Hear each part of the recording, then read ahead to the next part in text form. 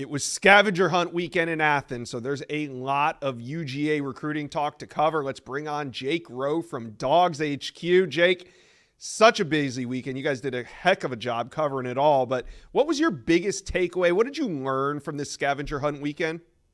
Well, I think you look at you see those movies or whatever where they have the soundboards and they just take it and they kind of push it up on all of them. It feels like Georgia did that with basically every guy that was there. It's like obviously they didn't get any commitments off of it, but it really seemed like they kind of positioned themselves better with everybody who came. I mean, it's positive, kind of positive vibes out of every guy that left, and Georgia had some big time guys on there. This in the past, Josh, has been one of those deals where Georgia hasn't really racked up commitments, but it has, gotten several guys who had visited for this weekend in the long run, and I think that this year's event has a chance to play kind of that same way. Yeah, I kind of feel like this maybe set the tone for the summer. Like, it was a big weekend. It was a huge weekend in Athens, but there's going to be even bigger weekends in June. So maybe this was just a little bit of a tone setter. Now, we'll get to David Sanders here in a minute, but I want to focus in on Georgia wide receiver recruiting in this video. And James Coley's in town. Now, James Coley has been at Georgia before. He's back at Georgia as their wide receiver coach and recruiter. And what are some of the characteristics of James Coley as a recruiter at Georgia? Inside Scoop viewers, listen up. Whether you're a seasoned gym goer or just starting your fitness journey, Fitbod is essential for your workout. It's a fitness app that customizes each workout based on your goals and adapts them as you improve. The app is great for me because I kind of go in my workouts in spurts, right? Sometimes I'm into it. Sometimes I'm not as into it as I probably should be. But the Fitbod app helps keep my consistency up. It makes my workouts more efficient. I actually spend less time in the gym now than I did before because I use the app. It's been great at keeping me focused, giving me a better workout each time. I also like how it keeps your, quote, gym streak updated, which keeps me motivated. It holds me accountable. Most importantly, I never stand around in the gym looking dumb anymore, wondering what I should do next. Fitbod has it all figured out. Whether you work out in a fancy gym or you're at home in your garage, Fitbod can help you get better each workout. It's like a personal trainer, but better. It's cheaper and easier to use as a custom fitness plan that works for you. Add Fitbod to your workout essentials. Here's what we're going to do. Join Fitbod today. Get your personalized workout plan. Get 25% off your subscription or try the app for free at fitbod.me/inside scoop. That's fitbod.me/inside scoop. Well, I mean, he's really good at building relationships, and I think that's one of the first things you look at. That and energy. I mean, he just brings a lot of that. So he's a real upbeat guy. He knows how to kind of relate to the players. He's got a lot of connections all over the country. I mean, he's recruited all over since his career began years and years ago. I mean, I know he spent a lot of time at Florida State, and he's been at Texas A&M. He's been at Georgia. He's been all over Miami.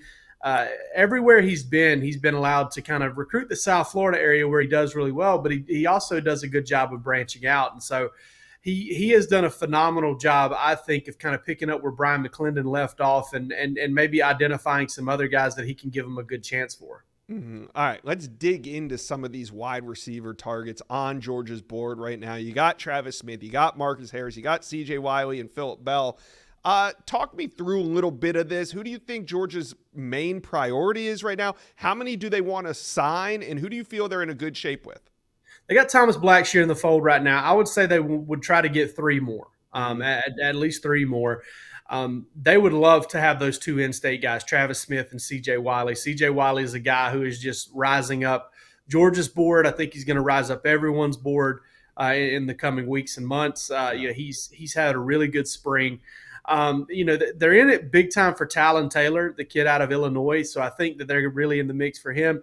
I see the West Coast guys, while Georgia did a good job with them this weekend, as a little bit more long shots. I mean, I know they were in town. You're referring to Phillip Bell and Marcus Harris? That's correct. Yeah, Phillip Bell and Marcus Harris. I think that Georgia is in it. I mean, I think they're going to have a chance, but I just see them as a little bit more long shots than maybe those two in-state guys and Taylor, who I feel like they're in pretty good position with.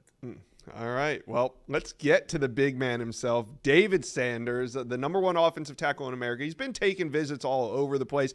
I talked with Rusty Mansell about this a little bit last week about, David isn't in a position where he's closing in on a decision, but these visits are still very important.